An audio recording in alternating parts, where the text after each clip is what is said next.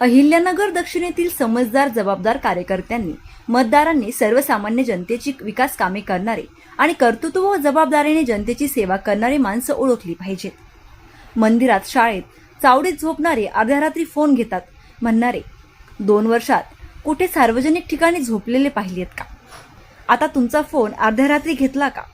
केवळ भावनिक वातावरण तयार करून तुम्हाला गंडवण्याचं काम ज्या माणसाने केलं त्याचं नाव सध्या सिस्पे घोटाळा, विनयभंग आणि आता भोंदूखराच्या जवळ देखील आले आहे.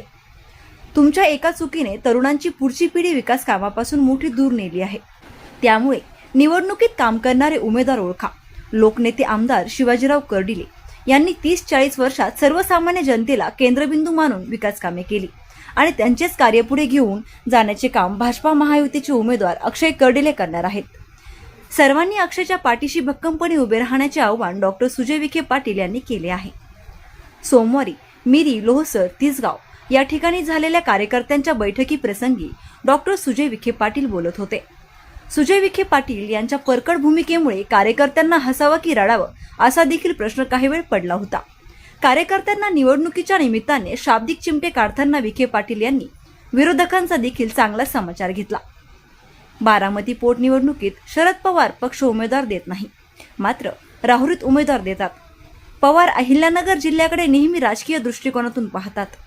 माजी मंत्री प्राजक्त तनपुरे सुशिक्षित आणि सुसंस्कृत नेतृत्व असल्यामुळे त्यांनी या पोटनिवडणुकीतून माघार घेतली. त्यांचेही आभार व्यक्त करतो असे म्हणत यापुढे विखे, कर्डिले, राजळे गट म्हणून नव्हे तर भाजपा म्हणून सर्वांनी एकत्रित राहा. विकास कामे करणाऱ्यांच्या पाठीशी उभे राहण्याचे आवाहन माजी खासदार डॉक्टर सुजय विखे पाटील यांनी यावेळी केले.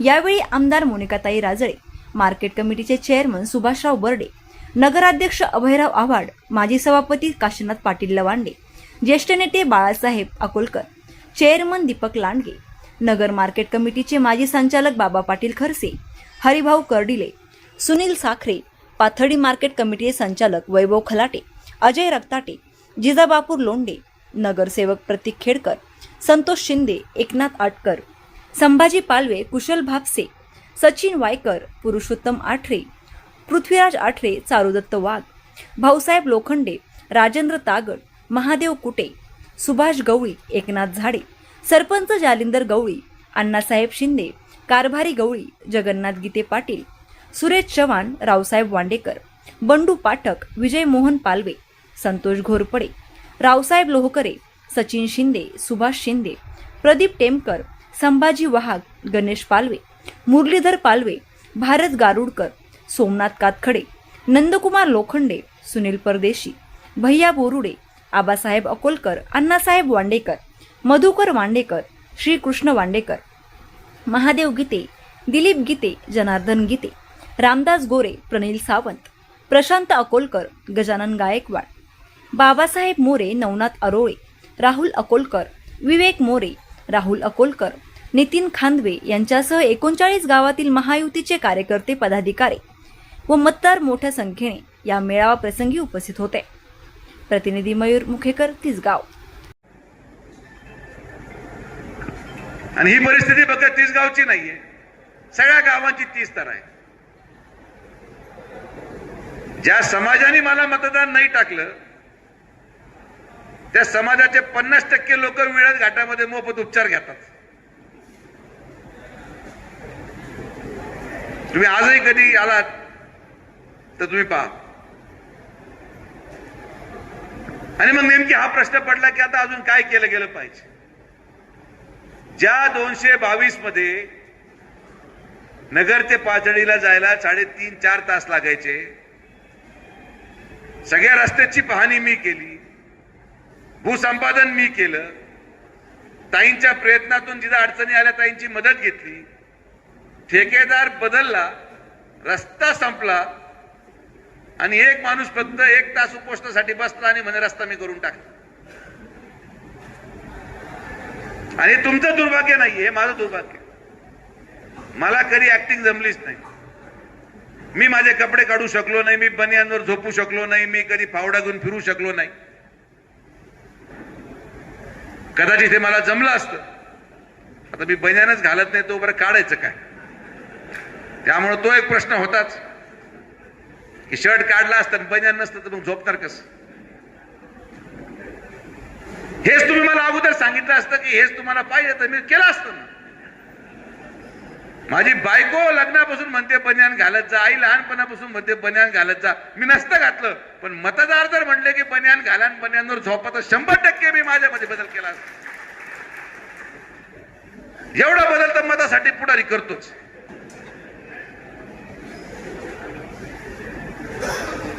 कारण की हे कळायला वेळ गेला की नेमकी लोकांना पाहिजे काय. आता जवळपास 1.5 वर्ष 2 वर्ष उलटून गेले आता लोकसभेला. मला नाही माहिती की खासदार किती वेळेस आले तिसगाव मध्ये, किंबहुना काय पांबोरी चारीवर काय प्रश्नावर बोलले असते. पडल्यानंतर तिसगावला पाणी मिळावं म्हणजे मी किती मूर्ख असेल तुम्हाला सांगतो की पडल्यानंतर 900 मताचं काशीनाथ पाटील तुम्ही मला मागं ठेवलं. तुम्ही म्हणजे गाव तुमचंच आहे ना. खरं तर तिसगाव मध्ये मी कोणालाच भाषण करू देणार नव्हतो.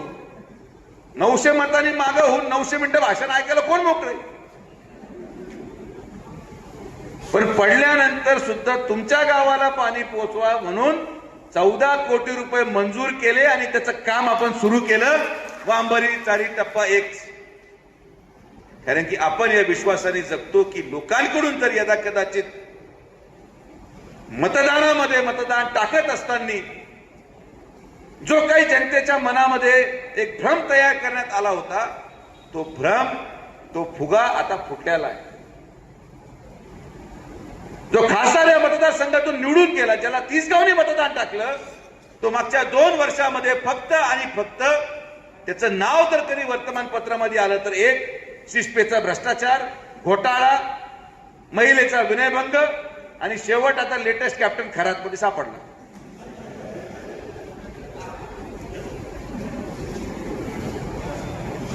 आणि म्हणून या प्रत्येक गोष्टीचा जेवढे प्रश्न मला तिसगावचे माहिती आहे आणि मी जर खरं सूडबुद्धीने वागलो असतो ना, किती वेळ लागतो तुमचं अतिक्रमण काढायला. मला हे जे लोक राहतात तुमच्या गायरान जमिनीवर 5 मिनिटं लागतील. 5 मिनिटं आणि कोणी काही करू शकत नाही. पण माझा तो स्वभावच नाही. मी कष्टाने आणि कर्तृत्वाने मत मागणारा माणूस. आपल्या प्रयत्नातून आपल्या ताकदीने जे केलं ते लोकांसाठी केलं.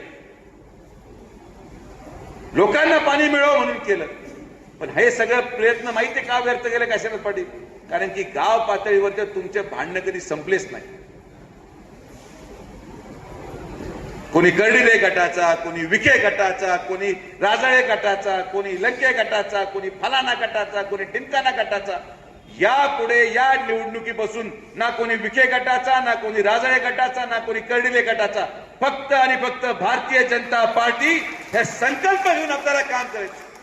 आणि जो कोणी नाटक करेल, तुम्ही दुसरीकडे जागा शोधा नाही तर पारनेरला जाऊ शकता. आमची काय हरकत नाही. त्यांचं इलेक्शन आलं का आमच्या लोकांनी वेड्यासारखं करायचं, आमचं इलेक्शन आलं की त्यांच्या लोकांनी वेड्यासारखं करायचं आणि आम्ही दोघे पाण्याचे मोटरीचे पंप पटकन दाबू दाबू थकलोय. तर ही निवडणूक आहे चूक सुधारण्याची, की जो त्या कर्डिले साहेबांनी केला. हे जे कामं मी तुम्हाला का बोलून दाखवले की हे कामं जे काही मी करू शकलो, आमदारताईंच्या माध्यमातून करू शकलो, या कामामागे सगळ्यात मोठं श्रेय जर कोणाला जात असेल तर ते स्वर्गीय शिवाजीराव कर्डिले साहेबांना जात. हे काय एकटं माझं काम नव्हतं, पण आपण ते केलं. अहिल्यानगरचं चित्र बदलण्याचं काम आपण केलं. इथून आपण निघून बायपासला लागलो, बायपासून विळत, त्याच्यानंतर तर नगर सोलापूर रस्ता, त्याच्यानंतर फ्लायओव्हर. म्हणजे मी ताई कधी कधी विचार करतो आपण काय करून टाकलं. लोकांना कधी चांगलं पाहिजे सवय नव्हती. अचानक एवढ्या सगळ्या गोष्टी दिसल्यामुळे काहीतरी गोंधळ झाला. आणि मी खासदार नसल्यापासून एक सुरत हैदराबाद जो मी सोडून गेलो होतो त्याचं अजून भूसंपादन शुद्धी प्रक्रिया चालू नाही. ज्या सुरत हैदराबाद मध्ये या पातळीचं भविष्य दडलेलं आहे, जो रस्ता छत्रपती संभाजीनगर ते पुण्याचा रस्ता जो पाथर्डीच्या तिसगाव मधून जाणार होता, MIDC ते रस्ता करणार होती, काय झालं त्या रस्त्याचं? हाऊस माझी नाही झाली, माझा नाही मोडला गेला. कोणाचा मोडला गेला तो समजून घ्या. एखाद्या सुशिक्षित आणि समृद्ध माणसाला पराभूत करून तुम्ही तुमच्या मुलांचं आयुष्य अंधारामध्ये ढकलल्या पलीकडे काही केलं नाही. बघितलं आम्ही गमतीनं म्हणत, साहेब तुम्ही जसं मी 96-97 पासून तुम्हाला बघते, राजकारणात माझा संबंध नव्हता, परंतु त्यावेळेस कर्डिले साहेब जशी त्यांची प्रतिमा होती ती शेवटपर्यंत होती. कधी कर्डिले साहेब आजारी आहेत, कधी त्यांनी सुट्टी घेतली. गेल्या 30-40 वर्षापासून म्हणजे सरपंच पदापासून तर एवढी मोठी बदल, राज्यमंत्रीपद, जिल्हा सहकारी बँकेचं चेअरमन पद, कधी ते घरी राहिले नाही, सुट्टी घेतली नाही. नाही तर आजकालची आमची सर्व तरुण मंडळी, आमदार खासदार जे कोणी असेल, म्हणजे दादांच्या वयाचे असतील, एखादी निवडणूक झाली तर आम्ही लगेच आमचा शीन काढायला कुठंतरी 4 दिवस सुट्टी घेतो. परंतु कर्डिले साहेबांनी कधी सुट्टी घेतलेली आपण बघितली नाही. प्रत्येकाच्या सुखादुःखात कर्डिले साहेब कुटुंबाप्रमाणे पाठीमागे उभं राहायचे. आणि मला वाटतं तोच वारसा आता अक्षयदादाच्या रूपाने आपल्या समोर आलेला आहे. आपले सर्वोच्च नेते देवेंद्र फडणवीस साहेब, प्रदेश अध्यक्ष चव्हाण साहेब, नामदार राधाकृष्ण विखे पाटील आणि सुजयदादा यांच्या माध्यमातून अक्षयदादाला उमेदवारी मिळाली. पक्षाने उमेदवारी देण्याचं काम केलं, परंतु तो निवडून आणण्याची जबाबदारी ही तुमची आमची सर्वांची आहे. आम्ही तर सर्व त्याच्या पाठीशी आहोत अक्षयदादाच्या, परंतु खरी निवडणूक ही तुमच्या जीवावर आहे. तुमच्या सर्वांचं योगदान, तुमच्या सर्वांचा सिंहाचा वाटा त्यामध्ये असणार आहे. आज घराघरापर्यंत तुम्हाला जायचंय. अक्षयदादा येईल किंवा नाही येईल, कारण एवढा 3 तालुक्यामध्ये फिरणं या कमी कालावधीमध्ये अशक्य आहे. परंतु कर्डिले साहेबांच्या गेल्या 3-4 वर्षाचा जर प्रवास बघितला, कर्डिले साहेबांचा आजारपण असेल त्यावेळेस अक्षयदादा सुद्धा आपल्या सर्वांच्या संपर्कामध्ये होते. कर्डिले साहेब जरी दवाखान्यात कमरेच्या ऑपरेशनमुळे होते, परंतु त्यावेळेस अनेक कार्यक्रमांना, लग्न समारंभाला, सुखादुखाला अक्षयदादाचं या 3 तालुक्यामध्ये येणं जाणं होतं, लोकसंपर्क होता. आणि कर्डिले साहेबांच्या दुर्दैवी अकाली जाण्यानं एक मोठी जबाबदारी कुटुंबाची असेल, व्यवसायाची असेल, समाजकारणाची असेल, राजकारणाची असेल, ही अतिशय कमी वयामध्ये अक्षयदादावर आलेली आहे. त्यामुळं आपल्या कुटुंबातून एखादा करता गेल्यानंतर त्याचं दुःख काय असतं हे आपल्या सर्वांना आपल्या अवतीभोवती आपण बघत असतो. आणि म्हणून या सर्व पातळीवर लढत असताना एक नवीन राजकीय सुरुवात अक्षयच्या जीवनामध्ये सुरू झालेली आहे. खरं तर प्रत्येक मुलाच्या यशामध्ये त्याच्या आईवडिलांचं असणं हे अतिशय महत्त्वाचं असतं. परंतु दुर्दैवानं आज साहेब नाही आहे, परंतु आज अनेक जणांनी अक्षयचं पालकत्व स्वीकारलेलं आहे.